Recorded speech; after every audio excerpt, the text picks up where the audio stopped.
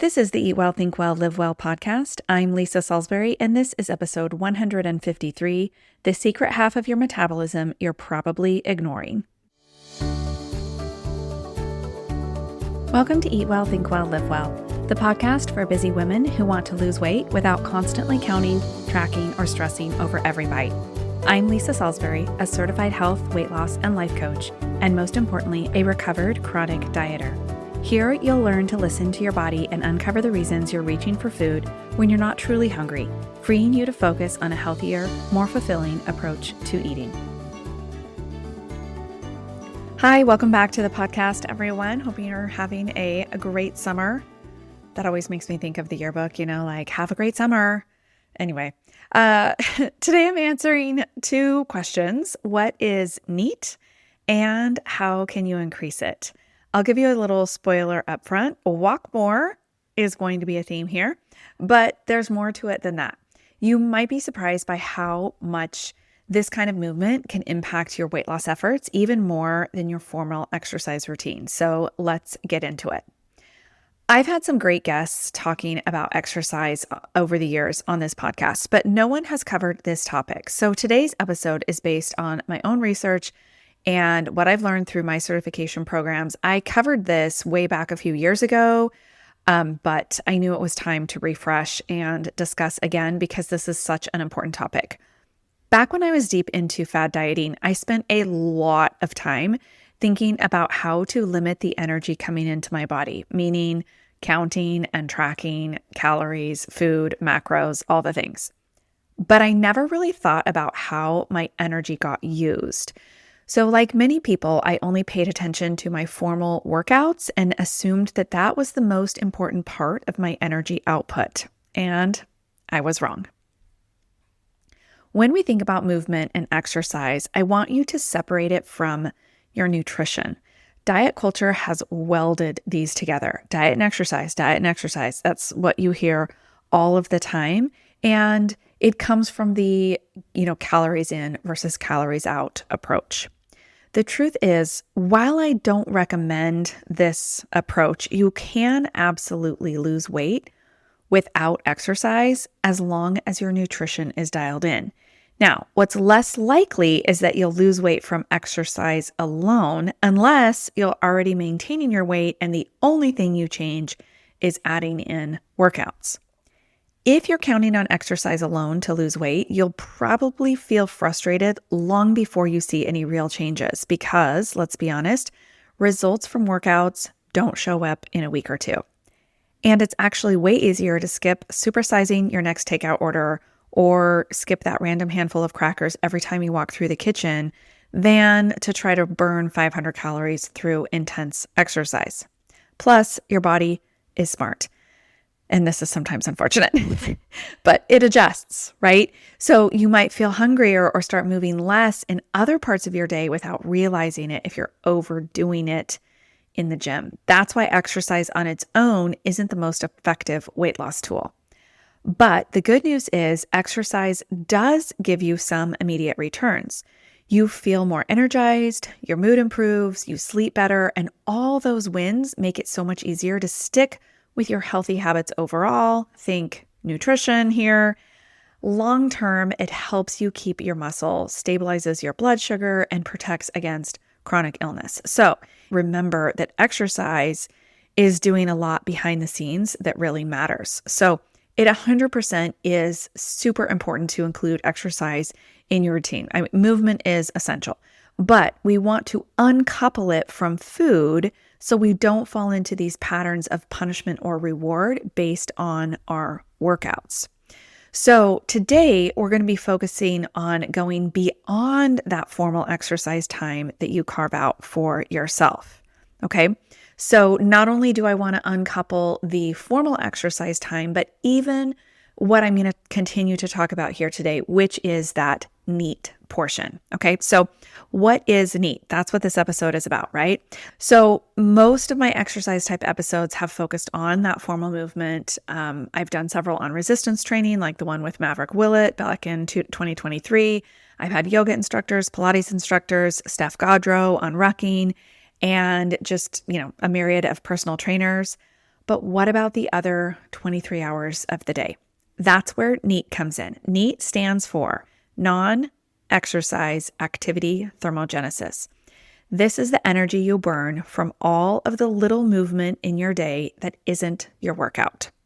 So to understand why this matters, let's break down your total daily energy expenditure. That is your TDEE. Now, I'm going to give you all of these percentages, but if you are a visual person, I actually created a little graphic, and it's the same one you've seen like all over the internet. The one that is most common is black and white, but I just created a little one and I put that as the artwork for the cover of this episode. So instead of doing a cute little picture of me or some stock photo or whatever I normally use, this chart is actually the artwork for this episode. So that way it was just like a little freebie there for you. You can look at that. Most applications that you're listening to your podcast in will show that. But if not, just message me. I'll send it to you. Okay. So for your total daily energy expenditure, TDEE, 70% of this is your basal metabolic rate, your BMR. This is the energy that your body requires to stay alive. This is like heart, lungs, brain, right? It's the amount of energy it would take to lay on the couch all day and not move or eat. Okay, this actually doesn't include your digestion. This is obviously the majority of your TDEE, your total daily energy expenditure. This is also known as your REE, or your resting energy expenditure. Okay, so then the next comes your NREE, or your non-resting energy expenditure, which is made up of 3 categories. So we have 70% is that BMR, so we have 30% left, right? Okay, so 10% then is thermic effect of food, the TEF. This is the cost of digestion, okay? 5% is your exercise activity thermogenesis, your EAT. This is your formal exercise routine. And 15% is your NEAT, the NEAT, the non-exercise movement. So NEAT actually contributes 3 times more to your daily energy use than your formal exercise routine. NEAT also makes up about half of your non-resting energy expenditure. So we're talking walking, fidgeting, cooking. These move the dial far more than we give them credit for. While we're talking about daily energy use here, I want to touch a little bit on TEF, and protein. Your body uses energy to digest food, and it uses the most energy to digest protein. So fat is 9 calories per gram, and the TEF on that is 0 to 3%. So the most calories per gram, and it is the least amount of work for your body to digest it. Carbs are 4 calories per gram, and the TEF is 5 to 10%. And that's 5 to 10% of the total calories that you ingest eating that piece of fruit, okay? Protein is also 4 calories per gram, but the TEF on protein is 20 to 30%. So it requires 20 to 30% of the calories in that protein to digest it.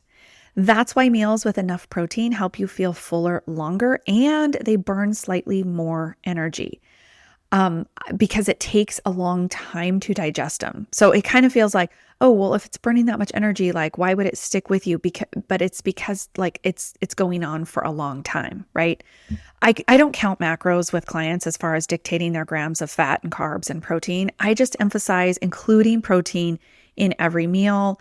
I do have protein calculators if you want to know like how much. Those are in my client-based programs. I do have some recommendations for protein broken down in my new GLP-1 Success Starter Kit, and that is a great place to start on nutrition, even if you aren't taking the medications. But if you are, there's also some extra information for you specifically on side effects and what to do about the mindset piece of weight loss. So really that Success Starter Kit is good for anyone, but there is some protein information in there as well. Okay, so back to the NEAT here. What counts as NEAT? If it's 15% of our total daily energy expenditure, that's a lot. 15% is actually a pretty large number, considering that NEAT includes things like cooking and cleaning, walking upstairs, carrying groceries, gardening, dog walks, playing with your kids, even fidgeting, pacing on calls, knitting, crocheting, right? Like anything, you're moving your hands. Also, any job that keeps you on your feet. So restaurant, retail, construction, massage therapy, a lot of those things, pretty much anything but what I do, which is like sit at my desk and like write new programs and record podcasts. But when your doctor asks you if you have an active lifestyle, they mean this. They mean NEAT, not so much your workout routine. Typically, that'll be a separate line item. How many minutes of exercise do you get? And then do you have an active lifestyle? These are like two different things. So there are some environmental and seasonal effects that we want to be aware of when we're thinking about our NEAT. And of course, we're going to talk about increasing it. So of course, the industrial and urbanization effects on NEAT are pretty huge. If you live in a city and walk most places, as opposed to those of us like me who live in the suburbs and drive everywhere I go, I'll go to drop something off at a neighbor and I'll get in my car, like just automatically. And I have done this. Like I literally remember like I pulled out and I'm like, wait, she literally like lives around the corner. What am I doing? It's like less than a quarter of a mile. So we have these like built-in habits. So if you are someone like me who lives in a suburb and is just normally used to walking or normally used to driving everywhere you go, we have to start developing some new habits and, walk to the neighbor's house if you can. There's also seasonal effects on NEAT. We tend to be less active in the winter months for various reasons, but naturally, if it's cold, we tend to walk outside less. I was just looking at my step count over time, and on average, I walk about 1,000 steps less. This is per week. I look at my averages per week. I walk about 1,000 steps less in the winter months than I am in the summer months. Like that's a pretty big number. I tend to want to run errands less. I also get more steps in the summer because I tend to hike more in the summer. So that'll bring up like my monthly or weekly total when I have a big hike day that's, thousands and thousands of steps. I think I'm also just more hunkered down in the winter. I don't want to move around as much, even in the house when I'm cold and cuddled under a blanket. So you don't have to be a gym rat to have an active metabolism, but you do have to move and think about these things and think about the ways that you can move throughout the day. When you increase your NEAT, you're adding energy output without typically the wear and tear or sometimes the mental effort of another full workout in a day. So I mentioned things that count for NEAT, but what about ways to increase it? If you're like, okay, well, I know all those things count, but like maybe I do all those things. So there's some typical advice, right? Take the stairs whenever practical. You've all probably seen those images or videos of stairs right next to escalators, and the escalators are full and the stairs are empty. Take the stairs. Like really, truly, if you can, if there is a choice, take the stairs. Park farther away when you're going on errands. Don't drive around and look for the very closest, most, best parking spot. Walk around during phone calls. If you're talking to your sister, like maybe even get out and walk around the block. Do some of your household chores. I have to say, like, I do have a housekeeper that comes just once a month to help me get on top of things.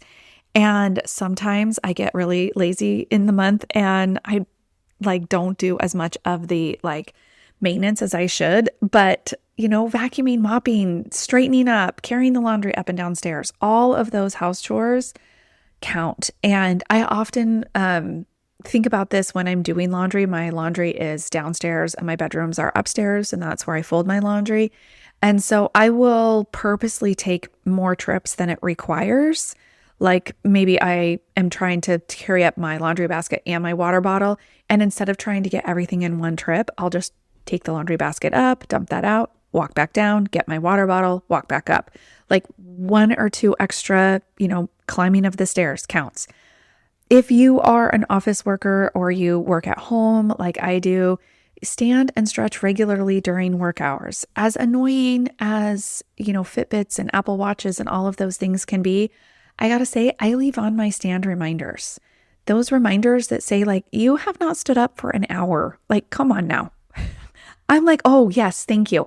I am actually so grateful for those because sometimes I do get in the groove and I'm just like working and I don't stand up. And so I do love to keep those on. Mine reminds me 10 minutes before, I think it's 10 minutes before. So use those kind of devices if you have a fitness tracker, be sure that those reminders are turned on. Use errands and grocery runs as step opportunities. So this actually like really goes against my nature to say this, but maybe walk through the grocery store in a very inefficient manner. If you have time, like this like pains me because I do not want to be in the grocery store longer than I need to be. And if I have to backtrack, I'm like kicking myself. But, you don't have to be that efficient. You can use that time to like walk up and down every aisle, even if you don't need something on that aisle. But the other thing about using errands and groceries for a chance to get in extra neat is we have used a lot of services for this. So, grocery pickup services and, DoorDash and all kinds of delivery.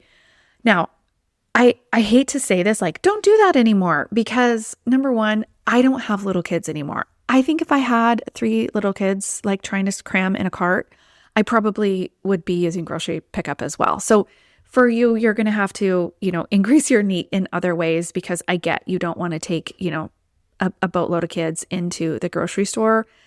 But if you are able to run your own errands, like do that as an opportunity to increase your activity during the day.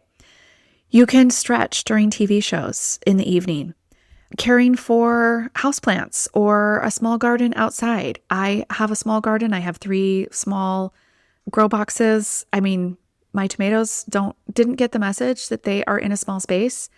They are like going crazy. I have a couple of tomato plants that are like over 8 feet tall right now. But anyway, side note to that, just the weeding and going out and picking the tomatoes and tucking in the branches and just like the little tending that I do. Like the major thing was the planting day. And then because I have boxes, they're pretty like low maintenance, but also caring for houseplants, like carrying them back and forth to the sink for watering.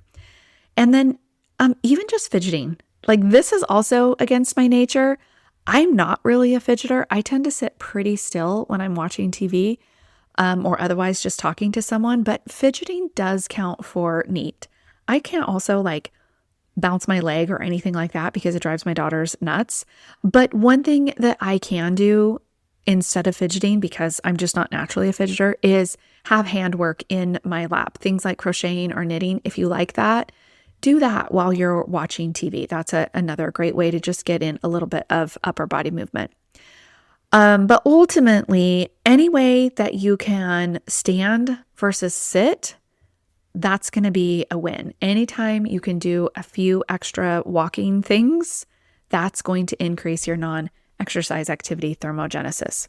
Our lives are just so efficient that we've removed a lot of this everyday movement. By no means do I want to go back to, hauling water and washing my clothes by hand on a washboard. I don't want to do that. But because we're not doing those things, we do have to be intentional about upping our daily movement. So some final thoughts for you. The title of this episode says this is the secret half of your metabolism you're probably ignoring. To be fair, it's not quite half, but you will be surprised how much easier it is to meet your weight loss goals when you increase this movement. And where I get the half is it's half of your exercise activity thermogenesis, right? So check that chart in the little icon if the math isn't mathing in your brain. But I just want you to think about not dismissing the take the stairs type advice. Those small choices matter. And if it feels like old school diet advice, just remember you aren't earning your food by doing these things. There's so much more to daily movement from a health perspective, and it is so much more than earning food. That's not what it is about at all. Like I said in the beginning, let's separate out our exercise from our nutrition, and that is going to be the healthiest mindset to have. Whether you're navigating weight loss naturally or if you're using GLP-1 medications, your neat movement will benefit you no matter what. If you feel stuck, increasing daily movement could be your missing piece. If something in today's episode made you think differently or gave you that little nudge that you need, that's exactly why I do this. And if you are ready to take it further, I'd love to support you. Start with a couple of my freebies. Number one, if you're considering GLP-1 medication or if you are already on it, I have a brand new GLP-1 Success Starter Kit. GLP-1s are a great tool to assist you with your weight loss. And so I've developed a program that is specifically for people who are on these medications. So check that out. It's free. It'll give you an idea of how I will coach you and how it might be a little different if maybe you have been a past client or checked me out before, but now you are using medication. I have really added a lot to my repertoire and in developing that new coaching program, and it is benefiting both sides of my client practice. So if medication is not up your alley, that is perfectly fine. My new knowledge, I will tell you, is going to really benefit you as well. If you are a person that you find you are overeating too many times in a week to see lasting weight loss, then I want you to grab my What to Do When You Overeat course. This has a reset and recover guide and a video series that goes with it, and it just helps you figure out how to reduce your overeats and not beat yourself up about it. Of course, I'd love for you to schedule a free consult session to see if my one-on-one coaching programs are right for you. All the links are in the show notes. Remember, it's not just about the food, it's about empowering yourself with choices that truly serve you. Have a great week. And as always, thanks for listening and sharing the Eat Well, Think Well, Live Well podcast.